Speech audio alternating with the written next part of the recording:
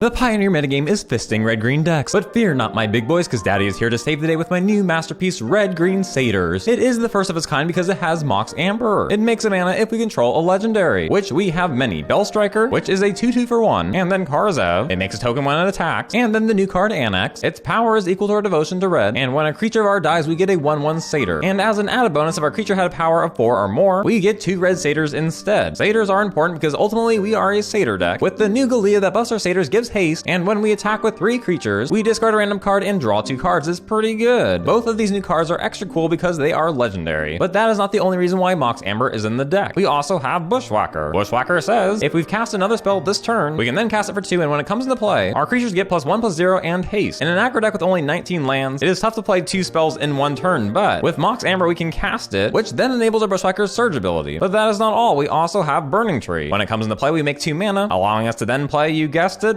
Bushwhacker. As for other creatures, we have Courier. As long as it keeps attacking, we can eventually draw cards. And to add to our Satyr theme, we have Firedrinker Satyr. It is a 2/1 for 1, it can buff itself, but when it's dealt damage, it deals that much damage back to us. On the bright side, if we don't want Satyr dealing the damage back to us, we have the option to sacrifice it to Collateral Damage. For 1 mana at instant speed, we sacrifice a creature and deal 3 damage to any target, meaning that we could sacrifice Firedrinker, or an extra legendary, or a creature to make tokens, and even Karazev's temporary token. In a format without Lightning Bolt, it's just a really cool card to have. And last but not least, we have Atarka's Command. Arguably one of the best burn cards ever. It deals 3 damage to our opponent, and we can buff our creatures and give reach. And in a deck where we have potentially a lot of creatures, it is just super duper gangster. Then we have Embereth that buffs our creatures, but no one cares, because on the sideboard, we have Graveyard Hate, White and Blue Creature Hate, Activated Ability Hate, Weenie Creature Hate, Artifact and Enchantment Hate, and Control Hate. That is the deck. Now it's time for the gameplay. Don't forget to subscribe while you're getting your lube ready. But without further ado, here's the gameplay, and I hope you enjoy. Opening hand, Bellstriker turn 1, Amber and Bushwhacker turn 2. We just gotta hope Bellstriker doesn't die. We'll keep. On plays a forest. Oh, and this too, nice. Let's see if our opponent can match our greatness. On it, temples, and interesting. So many options. We have the Lord, the Bushwhackers, and the Anax. The Anax would be really good. That means Bushwhackers are gonna be really hard to play. This feels kinda dumb, but let's just play the Lord. Swing for 4, and see what our opponents got. Oh, they're Amp deck, taking for basics, but they better speed things up because we be spanking. Amber into Bushwhacker. Swing with everyone and triggered the Lord. Discard at random. Yeah, it was actually pretty good, huh? Not bad, not bad. So then play the Satyr, and unless they can kill something right here, I don't see them winning. Cavalier, nope, not even close. Swing in, trigger on the stack, Atarka, and that is the end of them. Nice. Oh, the joy of a good spanking, I love it. It's like there's just times where your opponent just bends down in front of you, and you just gotta go,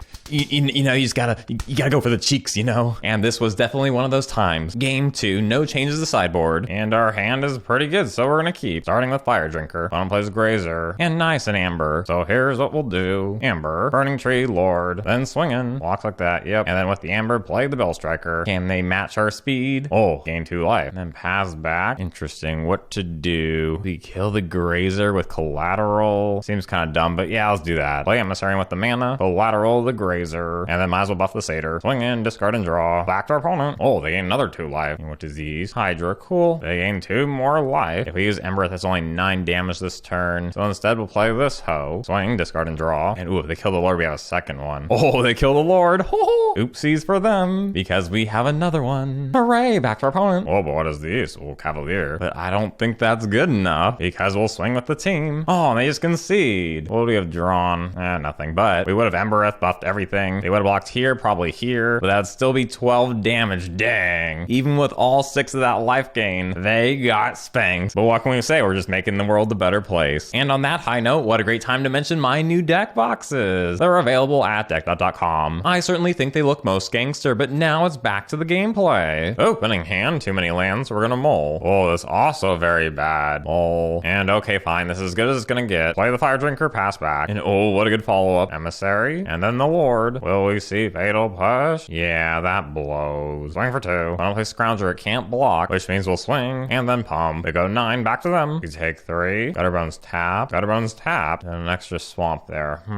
This tricky. We could swing for 2 with haste, dealing 6, putting them at 3. Or we could just hit for 4, put out the Bellstriker. Yeah, we'll steal 4. And that's our turn. What shall they do? 3 damage. Then they pass back 3 cards in hand. I really wanted to play Anax before attacking, so we'll just play Courier and then pass back. They attack again. And Immutable. Dang. And we do pull a 3rd land for Anax. And with that, our opponent concedes. Alright. Next turn we would have had it, because they would have blocked like this. This has survived, gone down to 2. And Immutable for Scrounger would have blocked. Yeah, the tokens are just too much. much. Going into game 2, we're gonna bring in the cages, making sure they don't reanimate, and then Searing Blood. Dumping this stuff, and with that, let's go to game 2. Oh, this hand's so explosive. We will keep and just hope they don't discard us. Nope, gutter bones. And now big explosion in our ponds, and then Amber into cage. Hooray. Just don't kill Bellstriker, just a scrounger. And oh, that's so perfect. Look at this. Emissary, and then Bushwhacker. Buffing them dudes and giving haste. I mean, what a great opportunity for our opponent to concede right now. I mean, look at this. Like, how are they gonna come back from this? They're not. Oh, but they're going for it. They fatal push the Bellstriker down to 1 land now.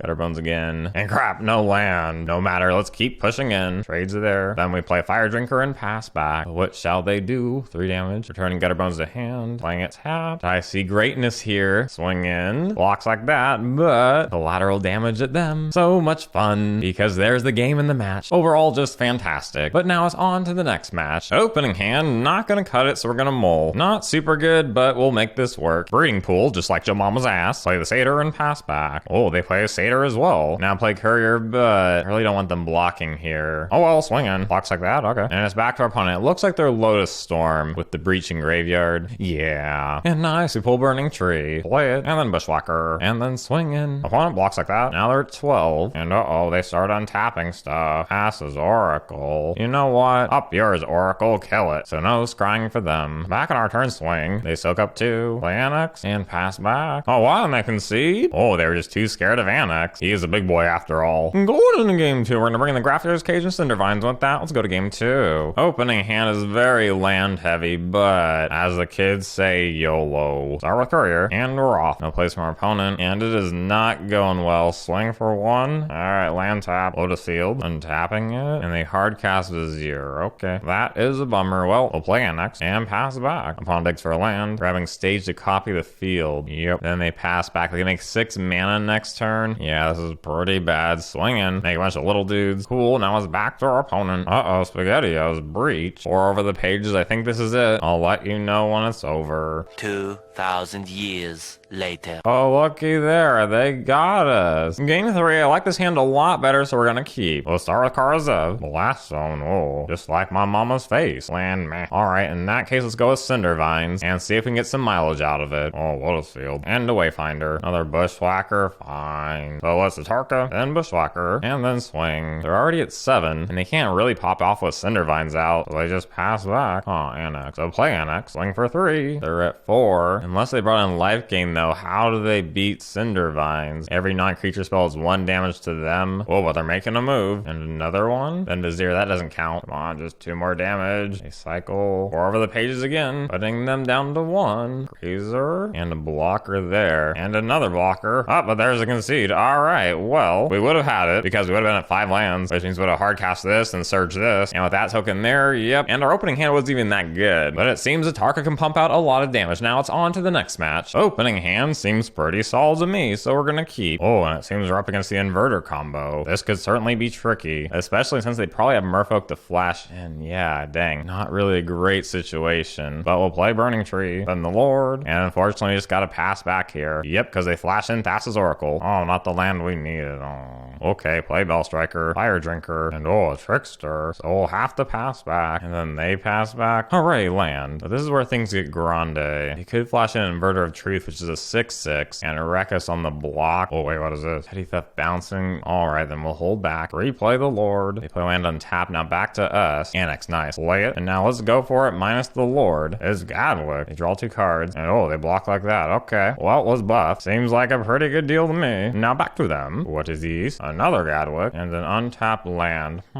Interesting. This could be tricky, but swing with everything minus the Lord. Discard draw. Nice, exactly what I wanted to see. Blocks like that, but let's all Akbar the Satyr at the Gadwick. Nice. And then pump once. They go to 4, Burning-Tree, and do we sack? Nah, we'll wait. But they could still get it. They have 6 lands, 5 cards in hand. They just pass back. Okay, swing with everything. And it looks like our opponent has nothing because there's a concede. Luckily, they didn't get the combo off, but you know, we are pretty fast. It's not like they had many chances to do it. Going into game 2, we're gonna bring in the volleys along with Searing Blood. And with that, let's go to game 2. Opening hand is good except for the land situation, so we're gonna have to mull. Well, this is not great, but you know, keep. Another volley, nice. Opponent passes back. Bellstriker, alright. Play it. Oh, and they flash in Trickster. Do we kill it? Man, might as well kill it. Opponent passes back. Anax or volley? Probably Anax. Then swing? Will they trade? No. They just pull it back to their turn. Yep, we might be in trouble. 1 card left in deck, 4 cards in hand. They definitely have it. Might as well swing in as a last hurrah. Buff trade. And now the issue with Thassa's Oracle, which I'm sure we're going to see here. Yep, which says that they win if their devotion is equal to or greater than the number of cards left in the deck. Now the problem is, even if we killed it here, because X equals 0 and there's 0 cards left in their deck, they still win. So kind of a tough combo to work around. Hopefully we'll do better in game 3. Opening hand, nope. And yeah, this will keep. Swing with Courier. Tap land from them. Swing. Bellstriker. And what can they do here? Hardened, fine. Courier goes back to hand, but on the bright side we can go Searing Blood. Kill their dude, deal 3 to them. Replay Courier, swing for 3. Back on their turn, Gadwick. That's a problem. But every good problem has a good solution. There's the solution, the volley. Spank, swing for 3. And we really need another land for Atarka. Oh, what opponent passes back? Yeah, Searing Blood. What? Ooh. Trickster. Tapping the Courier, but in response, Searing Blood? Do you want to sack the Courier? Nah. No, we'll just swing for 2. They go to 4. They tap land. What can they do here? Amber, but that's not green. Oh, they're doing it again.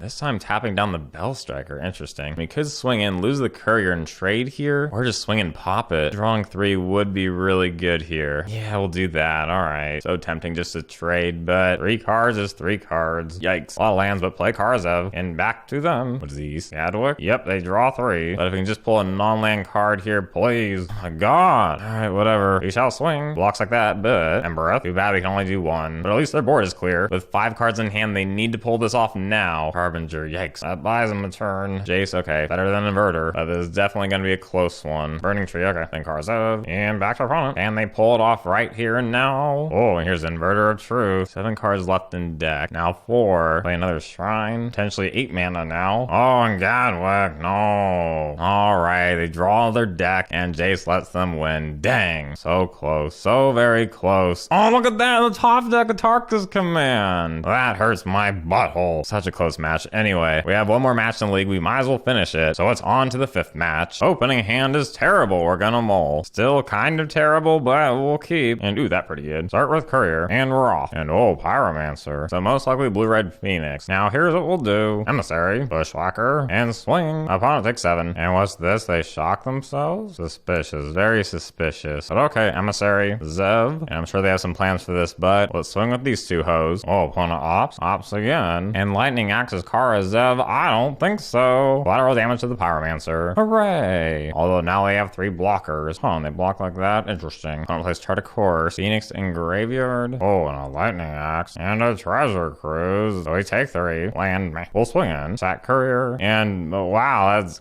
kind of bad, but okay. Oh, Pyromancer into planning. All right. We take 3. And what's it? Oh, wow. Perfect. Just what we needed. We're safe, guys. We go to 4. What's it gonna be? Oh, and I thought the Mox Amber was a good card, but oh, Mountain even better. All right, opponents got us. Man, we were so close to finishing it. But okay, it was completely out of our control. So we're going to game 2. Going into game 2, we're bringing the Searing Blood, and with that, let's go to game 2. Opening hand, not great, but I guess we'll keep. Come on, pull something good. Oh, okay. I suppose it's Emissary and pass back. They play a land and pass back. Interesting. Safest option, swing for 2. Magma Spray, what a loser. Buff. Oh, boy. Oh, Lightning Axe. In that case, boop. Hooray. They have 3 cards left in hand, now 4. Strategic planning, but nothing in graveyard. Not even Treasure Cruise in hand? That's weird. Which means they probably already have one. Alright, play Anax, and back to our opponent. Oh, but our opponent passes back. Okie Burning-Tree, and then swing for 4. Wild Slash. Ah. Oh, and a Charm to kill it? Oh, but we get the 2 tokens. Alright, that seems good. Another planning. Then back to us. Swing with everyone, or everyone's still alive. And then buff. They take 4 down to 8. What is these? Oh, they take out our land. But then they pass back. Triple Searing Blood in hand, swing for 2. Come on, play a creature.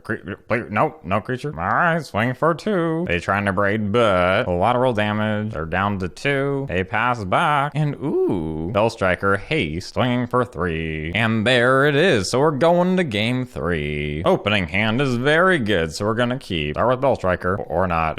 Now play the Lord. Hit them for 2. And oh, they kill it. Come on, land. Yes, land. land. Anax, impact to them. What is these? Opt. And Saheeli to make tokens. Alright, we can't allow that. Play Karazev. Saheeli for 3. And then pass back. Oh, and Pyromancer, so now double tokens. That is troublesome. Well, Searing Blood? Cool. Petty Theft bouncing our dude. That's unfortunate. But we'll attack anyway. Saheeli goes to 1. Phoenix. And no attacks. Interesting. What to do, what to do. Oh, I got an idea. Let's play Amber. And then Surge Bushwhacker. And then swing Zev at the Saheeli. Token also at Saheeli. Well, they block, huh? But we have her strike. Okay, I don't even think it's worth the pump here. So they lose Saheeli and it's back to them. What is these? Another Phoenix. Interesting. And a Bushwhacker. Also interesting. So here's what we'll do. Atarka. Buffing them dudes. Then Bushwhacker. And then swing. That's a lot of damage. Blocks like this. They go to 5. Now they have 1 card in hand plus the Brazen. Oh, but a Treasure Cruise. Now they're at 3 cards in hand. And what? Wild Slash. And a Charm. Which means they'll get back the Phoenixes. Swing with one of them. We're so close here. They're at 4. Atarka can deal 3. But I suppose best move here, Anax. And then pass back. Opponent op. Swings with both. What? What is this madness? Okay, let's make a move here. Try Emissary. Yeah, then Atarka. Yeah, they're at 1. Do they have like a Brazen Borrower or something? Apparently not, because there is a concede. It was almost a close one. And if they survived this turn and played Brazen, that would have been 9 damage in the air next turn. So it was pretty close. But there you have it. Overall, I am quite impressed with how the deck performed. It was obviously very fast and powerful, but it is really tough to get a good opening hand with this deck. It's like we're looking for 2 lands. 1 is too little, 3 is too much. One of them needs to be a green source, and it's just such a glass cannon. Like so many things could go wrong. Sometimes it just really does feel like a coin flip, but in our matches, it seemed like you're getting really good opening hands. But the deck is very much a high risk, high payoff deck, and I can see ourselves going 4-1 just as often as going 1-4. But I found a lot of enjoyment in the deck, and I hope you did as well. But that is all for now. Thank you for making it to the end of the video, and thank you to anyone who's able to get their hands on one of my deck boxes. And as always, I hope everyone has a great day.